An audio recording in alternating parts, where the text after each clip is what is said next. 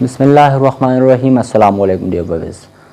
This is me Abdurrahman and you are welcome to YouTube channel Smart English Grammar. Dear viewers, you know that we have started a series of different types of pronoun, and the previous video we discussed different types of pronoun, and today's video we will be discussing, or we will be talking about another types of pronouns, right? Because it is a series, and so we have to make different videos, or we have to cover the different kinds of pronouns or types of pronouns and different videos, right? And short videos, so that you get some knowledge from the short videos, right? And you don't get bored while watching the videos. So now let's start. What is distributive pronoun? Actually this video is going to be about the distributive pronoun, right? So first we have to understand the definition of distributive pronoun. What is distributive pronoun? Distributive pronouns are those pronouns that describes members of a group, person, thing separately, not collectively, right? So how you will understand that distributive pronouns describe members, right? Or person or thing separately, not collectively. So through the example you will understand better, right? So let me make one example. That study each chapter attentively. Now study each chapter attentively. So the word each here, it is a distributive pronoun, right? Means there are different or there are two chapters, for example, right? So you have to study these two chapters separately, right? First you have to study one, and after finishing this first chapter, then you have to start reading another chapter, right, attentively. So the word each is what that is a distributive pronoun, and keep in your mind that each is used for two items, right? Not for more than two items, right? And that is each. For example, there are two things, right? Or two person, two things, right? So for that we have to use each, as I have used it here, right? That study each chapter attentively. It means that there are two chapters, right? Two chapters.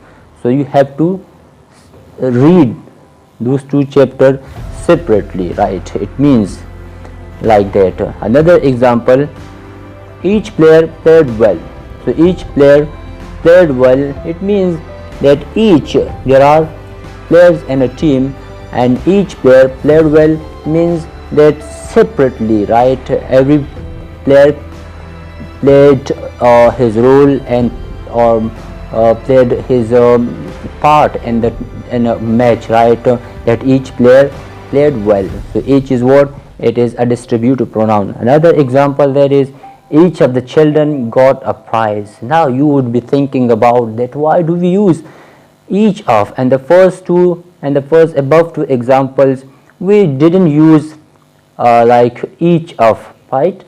And here we use each of the children got a prize. So keep in your mind, this is a very meticulous point to be kept in your mind. That is what? That each of, whenever we use each of, so it means that after each of there must be what? There the noun must be plural. Children is what? The children, that is a noun but in a plural noun, right? Therefore we have to say that each of the children got a prize.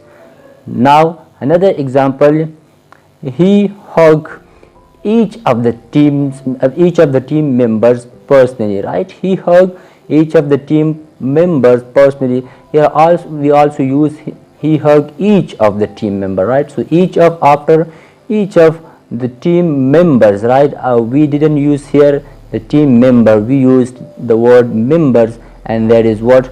Plural, right? So he hugged each of the team members personally, right? Means personally, he is a coach, for example, right? And he, after winning the match, the coach is what? He is hugging the team members separately, right? Personally means, it means like separately.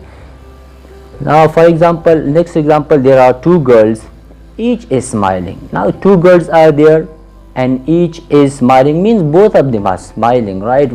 but separately, because in the definition it is used that it describes those pronouns, right, like person or thing, right, separately, not collectively, right. So therefore it means that each is smiling. So there are two girls, each is smiling. Now we'll discuss another point, that is every. What is every? Actually every is also a distributive pronoun, right. So which is used for large number, right, which is used for what? For large number. Keep in your mind that each is used for what? For two persons or two things. Meanwhile every is used for large number of something, right. For example, I have read every book in the library. Now I have read every book in the library means that there are large numbers of books, or books are there in the library. So therefore we have to say that I have read every book in the library, means that we cannot say like I have read each book in the library. No, because each is used only for two person or for two things, right. So therefore it would be incorrect if we say that I have read each book in the library. No, the correct example is what, or the correct sentence, that is I have read every book in the library. It means large number of books are available in the library and I have read all of them, right, but separately, right, not collectively. Now next example, he plays tennis every Sunday, right. He plays tennis every Sunday.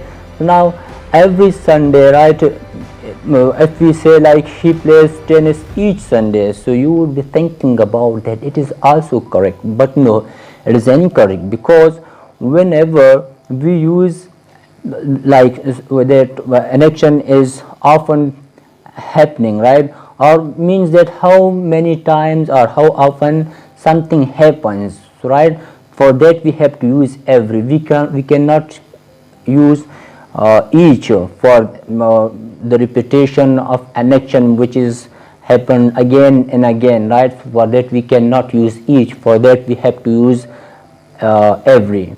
So he plays tennis every Sunday. The last example, that is she washes her dog every month. Now again here there is what, that the action happens again and again after every month, right. So therefore we have to use every month. We can't say here too that she washes her dog every each month. We have to say she washes her dog every month. So I hope you have gotten some different or some precious knowledge or some precious point from this each and every distributive pronoun. If you have any question in your mind, you can ask in the comment box.